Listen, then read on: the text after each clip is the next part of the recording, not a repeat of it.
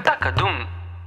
takadum dum takadum dum dum takadum dum dum takadum dum dum। नमस्कार, आप देख रहे हैं एमपी न्यूज। आपके साथ मैं नम्रता बुंदेला। एमपी न्यूज का खास कार्यक्रम चुनावी फीवर इस वक्त आप देख रहे हैं, और चुनावी फीवर आज इसलिए बेहद खास है क्योंकि इतने दिनों से सियासी गलियारों में जो आंधी तूफान चल रहे थे, बयानों के बाण और शब्दों के तीर यहां पर चल रहे थे, और एक दूसरे पर आरोप प्रत्यारोप की झड़ियां जो लगी हुई थी, वो सब अब थम चुका है और अब बेहद शांति का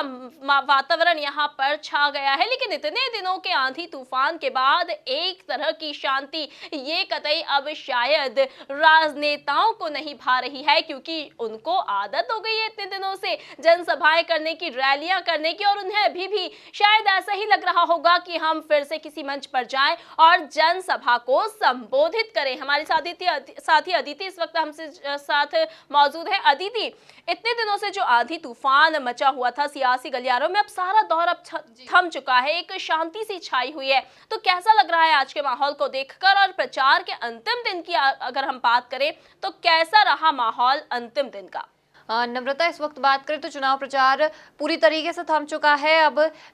सभी तरफ से हमें शांति नजर आ रही है, क्योंकि अब अभी तो फिलहाल किसी की बयानबाजी नहीं जा रही, क्योंकि अब जब सब चीज थम चुकी है, अब ये बयानबाजी लगता है या तो मतदान के बाद ही शुरू होगी, या क्योंकि दोनों ही पार्टियां आश्वस्त तो नजर ही आ रही है कि भैया हमारी पार्टी जीतेगी, हमारी पार्टी जीतेगी। अब देखना काफी लाजमी होगा कि किसकी पार्टी जीतती है। वैसे अगर हम बात कर ले पूर्व मुख्यमंत्री दिग्विजय सिंह की, तो दिग्विजय सिंह जहां पूरे उपचुनाव प्रचार के दौरान नजर नहीं आए, वो लास्ट ओवर खेलने उतर चुके हैं मैदान में, क्योंकि कुछ इस प्रकार का ही बयान दिग्विजय सिंह द्वारा दिया गया। जब दिग्विजय सिंह प्रचार करने पहुंचे, तो जब वहां पर उनसे पूछा गया कि आखिर आप अंतिम दौर में क्यों आए हैं, मतलब आप पूरे उपचुनाव प्रचार के दौरान तो नजर नहीं आए, लेकिन आखिर अब आप अंतिम दौर में क्यों आए हैं, तो उन्होंने ये कहा कि मैं अंतिम दौर में, यानी कि अंतिम ओवर में विस्फोटक बल्लेबाजी करने वाला बल्लेबाज हूं, इसलिए मेरे कैप्टन कमलनाथ जी ने मुझे अंतिम दौर में उतारा है। इसके साथ ही उन्होंने कहा कि भैया भाजपा को हराना है, पूरी जनता को मिलकर हमारे पक्ष में वोट डालना है, कांग्रेस के पक्ष में वोट डालना है, और कांग्रेस को बताना है कि बीजेपी को बताना है कि वो लायक नहीं है सरकार में आने के। और इसके साथ ही उन्होंने बीजेपी को किसान विरोधी सरकार भी करार दिया। यहाँ पर अदिति, तुमने दिग्विजय सिंह की बात कही है, तो दिग्विजय सिंह का नाम सुनते ही मुझे उमंग सिंघार का बयान सामने याद आ रहा है, क्योंकि हाल ही में पूर्व मंत्री उमंग सिंघार ने बयान दिया था कि मुझे तो सिंधिया ने भी 50 करोड़ और मंत्री पद का ऑफर दिया था, लेकिन मैंने वो ऑफर स्वीकार नहीं किया, मैंने उस ऑफर को ठुकरा दिया था। तो यहाँ पर अब जहां उमंग सिंघार ने जैसे ही ये बयान दिया था, तो सियासी गलियारों में फिर से आंधी तूफानों का सिलसिला शुरू हो गया था, बयानों की बौछार यहाँ पर शुरू हो गई थी, क्योंकि जैसे ही उमंग सिंघार ने ये कहा, क्योंकि कुछ दिनों पहले बीजेपी के प्रदेश अध्यक्ष वीडी शर्मा जो है, उन्होंने साफ तौर पर पूछा था कि क्योंकि जब कांग्रेस द्वारा ये आरोप लगाए जाते थे कि बीजेपी तो विधायकों की खरीद फरोख्त करती नजर आती है, विधायकों को ब्लैकमेलिंग करती है और फिर उन्हें खरीद लेती है, तो वीडी शर्मा ने बोला था कि आप नाम बताइए। अब जब उपचुनाव के एन वक्त पहले ही उमंग सिंघार ने सिंधिया का नाम ले दिया कि सिंधिया ने मुझे इस तरीके का ऑफर दिया था जिसे मैंने ठुकरा दिया,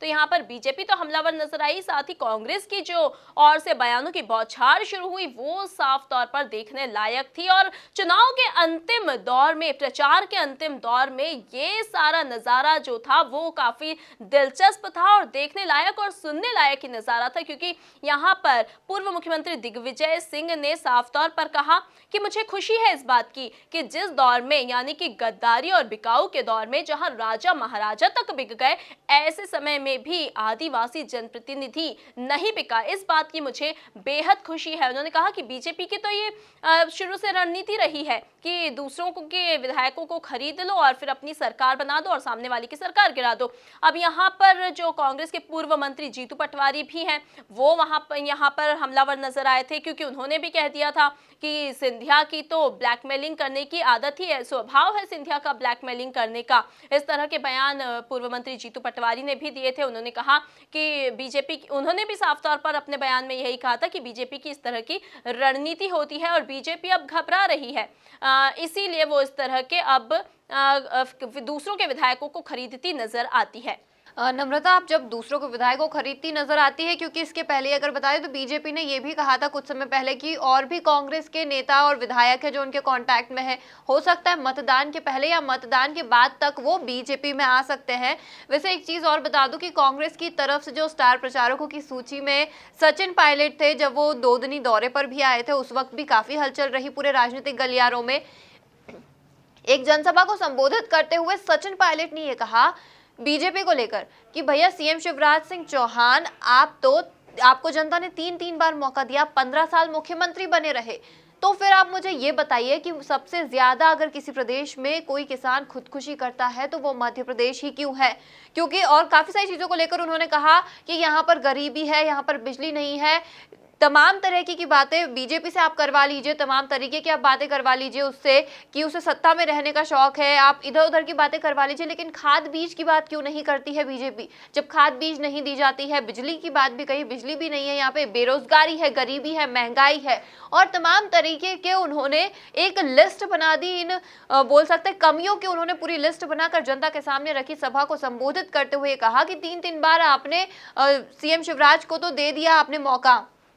कि आप मुख्यमंत्री बन जाइए, लेकिन इसके बाद भी इतनी सारी कमियां हैं, तो आप सीधे सीधे कांग्रेस के पक्ष में वोट डालिए और कांग्रेस को जिताइए, क्योंकि बीजेपी की तो रणनीति ही ऐसी रही है। सीएम शिवराज पर उन्होंने काफी सारे हमले बोले, लेकिन एक बात और नम्रता की, इस बार भी वे अपने दोस्त के उसमें यानी कि ज्योतिरादित्य सिंधिया को लेकर कुछ भी बोलने से बचते भी रहे और मौन भी नजर आए। जी बिल्कुल, तो जहां प्रचार का अंतिम दिन था वहां पर सभी ने अपने अपने क्षेत्र एक तरह से सीमित कर लिए थे। उन्होंने मतलब सभी जो स्टार प्रचारक थे और जो दिग्गज थे बीजेपी और कांग्रेस के, उन्होंने अपने अपने एरिया चुन लिया था कि हमें इस एरिया में जाकर जनसभा को संबोधित करना है। अपने अपने विधानसभा क्षेत्र चुन लिए थे। जहां हम सीएम शिवराज सिंह चौहान की बात करें तो उन्होंने देवास, मंदसौर, आगर और राजगढ़ में जनसभाओं को संबोधित किया और रैली करते वहां पर नजर आए। लेकिन चुनाव प्रचार का जब अंतिम दिन था और ऐसे समय में रैली और जनसभा को संबोधित कर रहे थे शिवराज सिंह चौहान, तो शिवराज सिंह चौहान तो यहाँ पर जोश से भरपूर नजर आ ही रहे थे। साथ ही बीजेपी के जो तमाम कार्यकर्ता थे वो भी एक जोश से भरे थे, एक आत्मविश्वास से भरे थे, क्योंकि उन्हें लग रहा था कि इस रैली में और जनसभा के दौरान जितनी भी भीड़ यहाँ पर उमड़ी है, जितने भी लोग और जितनी भी जनता यहाँ पर मौजूद है, उन सबके वोट बिल्कुल निश्चित तौर पर हमारे पाले में आ ही गए हैं। ये जो आत्मविश्वास था वो इस दौरान सीएम शिवराज और बीजेपी कार्यकर्ताओं के चेहरे पर साफ दिखाई दे रहा था, क्योंकि जब शिवराज सिंह चौहान की रैली भाजपा कार्यालय के आगे से गुजरी तो बीजेपी के कार्यकर्ताओं ने और नेताओं ने जय जय सिया राम के वहां पर नारे लगाए और जोश से यहाँ पर भरपूर नजर आए और साफ तौर पर उनके चेहरों पर एक आत्मविश्वास नजर आ रहा था। पूर्व सीएम कमलनाथ की अगर हम बात करें अदिति, तो वहां उन्होंने अपने लिए ग्वालियर चंबल क्षेत्र चुना था, और क्योंकि ग्वालियर चंबल क्षेत्र यहां पर अदिति साफ तौर पर एक बहुत अहम क्षेत्र से माना जा रहा है, क्योंकि 16 सीटों पर वहां पर मतदान है ग्वालियर चंबल में, तो वहां पर 16 सीटों को फतह करना एक बड़ा किला फतह करने जैसा माना जा रहा है, और इसीलिए ग्वालियर चंबल का एरिया कमलनाथ ने अपने लिए चुना था। और वहां पर प्रचार के अंतिम दिन वहां पर जनसभा और रैली करने कमलनाथ पहुंचे थे, और जनसभा में वे भी एक आत्मविश्वास से भरपूर नजर आ रहे थे, क्योंकि उन्हें भी यह विश्वास है कि वहां की जनता इस बार उन्हें एक मौका जरूर देगी और इस बार कांग्रेस पर विश्वास जरूर जताएगी, क्योंकि जनसभा में जितनी भीड़ वहां पर उमड़ रही है कमलनाथ की सभा में, तो कमलनाथ को इसीलिए विश्वास है ग्वालियर चंबल क्षेत्र से। सिंधिया को भी यहाँ पर हम नहीं भूल सकते अदिति, सिंधिया ने भी यहाँ पर ग्वालियर और मुरैना और शिवपुरी जैसे, अशोकनगर जैसे इलाकों को अपने लिए चुना है, और वहाँ पर सिंधिया जनसभा करने पहुँचे। भिंड में भी वे पहुँचे और वहाँ के लोगों को कई सारी बातें बताई, कई सारे वादे और इरादे वहाँ पर पेश किए। लेकिन अदिति, इस वक्त एक वाकया आज सिंधिया के साथ जो हुआ वो बेहद दिलचस्प था और चौंकाने वाला था, क्योंकि जब सिंधिया डबरा में जनसभा कर रहे थे तो वहां से एक वीडियो उनका इस वक्त वायरल हो रहा है जो काफी चौंकाने वाला है, और कांग्रेस उस पर अब हमलावर नजर आ गई। दरअसल ज्योतिरादित्य सिंधिया ने वहां पर भाषण के दौरान कह दिया कि मुट्ठी बांधिए और ये विश्वास दिलाइए कि आप पंजे पर बटन दबाएंगे और कांग्रेस को बस यहाँ पर वो ठहर जाते हैं और फिर उन्हें याद आता है कि उनसे भूल हो गई है और वो अपनी गलती को स्वीकारते हैं, सुधारते हैं और कहते हैं कि नहीं आप कमल के फूल पर बटन दबाएंगे और बीजेपी को जीत दिलाएंगे। लेकिन अब इनका जो ये वीडियो है वो बेहद वायरल हो गया है और चर्चा का विषय बन गया है, वो भी प्रचार के अंतिम दिन। ये बेहद खास बात यहाँ पर हुई। अब एमपी कांग्रेस इस पर चुप कहाँ बैठने वाली थी। एमपी कांग्रेस ने भी उस वीडियो को ट्वीट कर दिया और कहा कि सिंधिया जी, हम आपको विश्वास दिलाते हैं कि जनता पंजे का ही बटन दबाएगी और कांग्रेस को ही जीत दिलाएगी। नम्रता, अब जहाँ तमाम जो भी नेता है प्रचार कर रहे हैं, ये भी हो चुका है कि आज अंतिम दिन है, अब हो चुका है अंतिम दिन, अब पूरा प्रचार थम चुका है, लेकिन इसी बीच अपील करने का दौर भी जारी रहा। मैं बात कर रही हूँ कांग्रेस उपाध्यक्ष अर्चना जायसवाल की। उन्होंने भी जनता से अपील की कि आप कांग्रेस को जिताइए, भाजपा को सबक सिखाइए, क्योंकि कांग्रेस आएगी तो तमाम जो भी काफी सारे उन्होंने वादे किए, क्योंकि जिस प्रकार से हर एक नेता करता है, अर्चना जायसवाल ने जनता से अपील की कि आप कांग्रेस को जिताइए। और अब ये नजर आ रहा है कि भैया बीजेपी की तरफ से बीजेपी भी अपील कर रही है कि आप बीजेपी को जिताइए, कांग्रेस अपील कर रही है कि कांग्रेस को जिताइए। अब देखना काफी लाजमी होगा कि आखिर प्रदेश उपाध्यक्ष की बात मानी जाती है, बीजेपी के नेताओं की बात मानी जाती है, जनता आखिर किसे जिताती है, क्योंकि इस वक्त जो जनता है वो भाग्य विधाता बनी हुई है, क्योंकि जनता जिसके सपोर्ट में जाएगी उसका भाग्य बनेगा और उसकी सरकार भी बनेगी। मध्य प्रदेश में अब आज हो चुका है, कल सोमवार यानी 2 नवंबर है, 3 नवंबर को मतदान होना है और मतदान के बाद जब 10 नवंबर आएगा और परिणाम आएगा, तब देखना काफी लाजमी होगा कि आखिर जनता ने किसकी बात सुनी है। जी बिल्कुल, अब देखने वाला का, क्योंकि जो चुनाव प्रचार का अंतिम दिन था वो काफी अहम था, काफी खास था, क्योंकि नेता यहाँ पर जोश से भरपूर नजर आ रहे थे। आत्मविश्वास दोनों दल के राजनेताओं को बना हुआ था, क्योंकि इतने दिन से जो चुनाव प्रचार का दौर चल रहा था उसमें बीजेपी और कांग्रेस दोनों ही दलों की अगर हम बात करें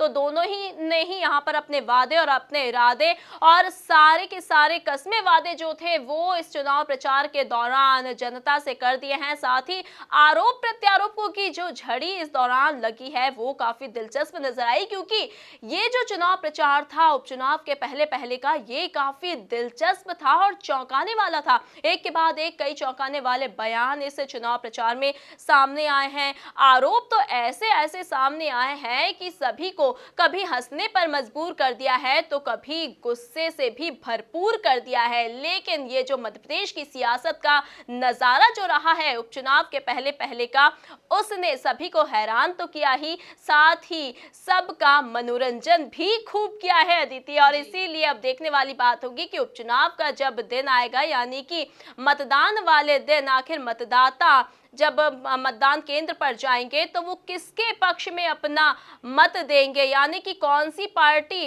इस चुनाव प्रचार के दौरान सफल रही है जनता को अपनी ओर आकर्षित करने के लिए, ये तो 10 नवंबर को यानी चुनाव परिणाम के दिन ही पता चल जाएगा। और ये सारी जो चर्चा है ये हम चुनावी फीवर में लगातार आपसे करते रहेंगे और 10 नवंबर को जब परिणाम आएंगे तो किसके पक्ष में ये परिणाम आते हैं और इसके बीच भी आखिर क्या चल रहा है राजनीतिक गलियारों में और नेताओं के मन में और जनता के मन में, ये सारी चर्चा भी हम आप तक लगातार पहुंचाते रहेंगे, सारी बातें हम आपको बताते रहेंगे। इजाजत दीजिए और देखते रहिए हमारा खास कार्यक्रम चुनावी फीवर।